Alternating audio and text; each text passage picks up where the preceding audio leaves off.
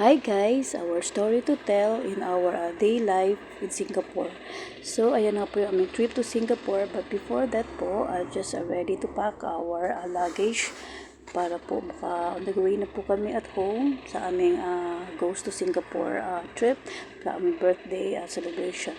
So first stop po namin ay sa Naiya, kung saan po ay ready na po kami sa aming luggage, and then preparing Terminal 1, papunta na po kami doon sa aming arrival area at ready na rin po ang aming peso bill for Singaporean bill, then our passport and check-in din by the plane, kung saan dito na po kami nagstay ng almost 4 hours. Then after a while, an hour, diretso na po kami sa airport niya, na tama nga po sabi nila, napakaganda po ng Shanghai Airport.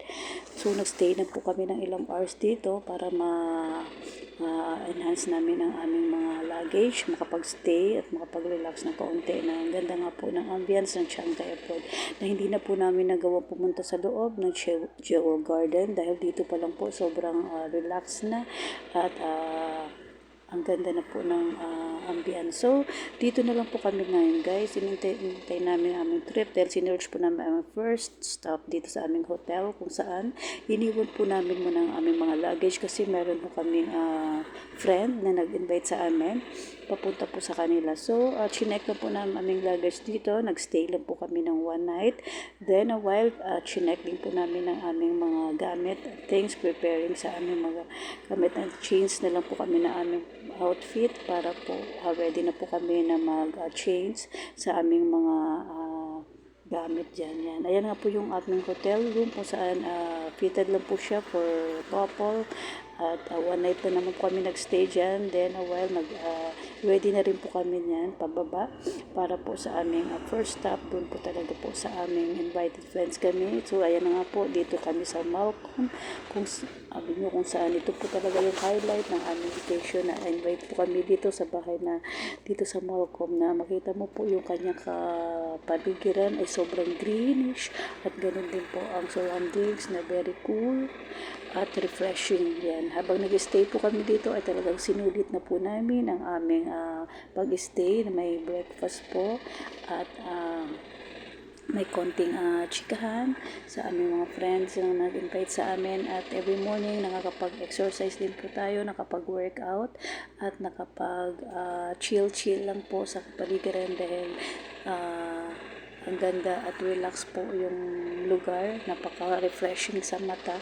Kaya ginabda rin po namin dyan, at may kaunting hint po sa aming pa-pictorial dyan para meron po kami mga sites and souvenirs, photos dyan.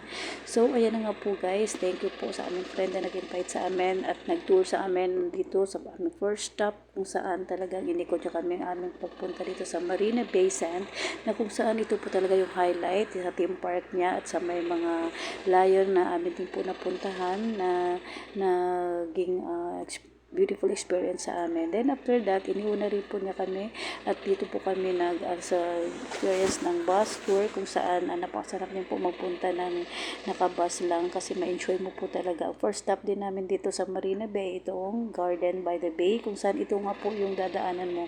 Yung nakikita nyo po parang building na barko, ito po yan siya sa loob. Papunta po yan siya ng Garden by the Bay. Yan. Hindi na po namin nadaanan din po namin yung mga ganitong site dahil sa loob po yan ng building mismo, makikita mo na siya, yung nakikita natin doon. So bago kami pumunta ng Garden by the Bay, hindi po kami nakapag punta sa loob mismo ng garden na yon. Dito lang po kami sa labas kasi by the time ay talagang ang lakas ng ulan, so I decided to stay there na lang. So after a while ng Garden by the Bay, nag-proceed naman po kami dito sa Siloso Beach, kung saan ito yung beach nito ay Malaboracay, napakagaputi at ang ganda nga po ng kanyang ambience, pati po ang kanyang water dito ay napakalinis. Ayan nga po yung kanyang entrance, ang kanyang exit, nandiyan din may market night din sila, at ganun din ay may kanilang paligid dito ay napaka-relaxing lang din po.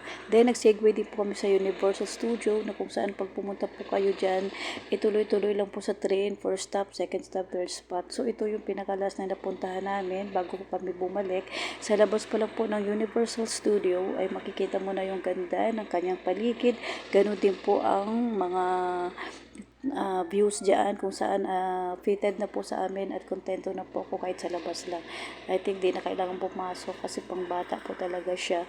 So dito pa lang ay parang mayroon ng amusement park sa labas at ito nga po yung highlight ng labas niya, itong Universal Studio na talagang favorite ko na like sa Japan na may ganyan din po. So I think that's it for today. Nandito lang po kami sa train. Pabalik na rin po kami dito sa Universal Studio na aming pinuntahan ay on the way na rin po kami doon sa Malcolm kung saan in-experience po namin mag-solo na wala pong tour guide. Kami lang po, nag-map lang po kami. At dito po sa train, tinitingnan na lang po namin kung saan po to yung way pabalik naman doon sa Malcolm. Yan. Ayan nga po yung dadaanan namin dyan is escalator. Papunta na nga po yan sa labasan para masundo na po kami ng aming friend. So, yan nga po yung birthday na prepare ng ate ko, ng aming friend dyan. Thank you po sa pag-prepare sa amin na hindi ko po in-expect na napaganda po ng preparation nila. Thank you. So nga po yung bahay na yon ay talagang napakasulit. So ayan na po yung last trip namin ay tutour din daw po kami niya sa Botanical Garden kung saan ito daw po yung Makalamala Nature Park na aming likes pa aming pinupuntahan dito lagi.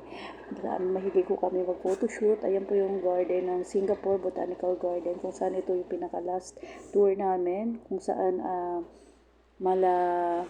wildlife park lang din dito sa Philippines. Pero ito po ay talagang nature siya, talagang kakaiba at napakaganda po ng mga views dito na ala Korean vibes po. Pati po yung mga background niya na parang nasa movies. Ang ganda talaga ng kanyang ambience dito. So, ayan na nga po, that's it. Ayan ang pinaka-last trip namin bago kami pumunta dyan. Ay talagang salamat sa Botanic Garden na ito na naging experience namin. So, on the way na po kami pabalik sa Shanghai Airport kung saan ready na po kami pabalik. Ready na aming luggage, tickets at ganun din po ang aming sarili na mag-check-in na uli. Dahil ito na po yung time na pabalik na po kami ng Manila. So, ang ganda po talaga ng Singapore. Ito na nga po, paakit na nga po kami ng plane at thank you sa aming friend na naghatid sa amin. Ayan na po yung last day namin sa Singapore. Pang 4th day na po dito na kami nagstay. So, thank you po. It is our departure time. Pabalik na kami ng Manila. Napakagandang experience po at ang ganda po talaga ng tanawin at biyahe namin dahil very warm lang. So, ito na po. Welcome Philippines. Pabalik na. And thank you Singapore sa aming trip na ito. Thank you po and good day.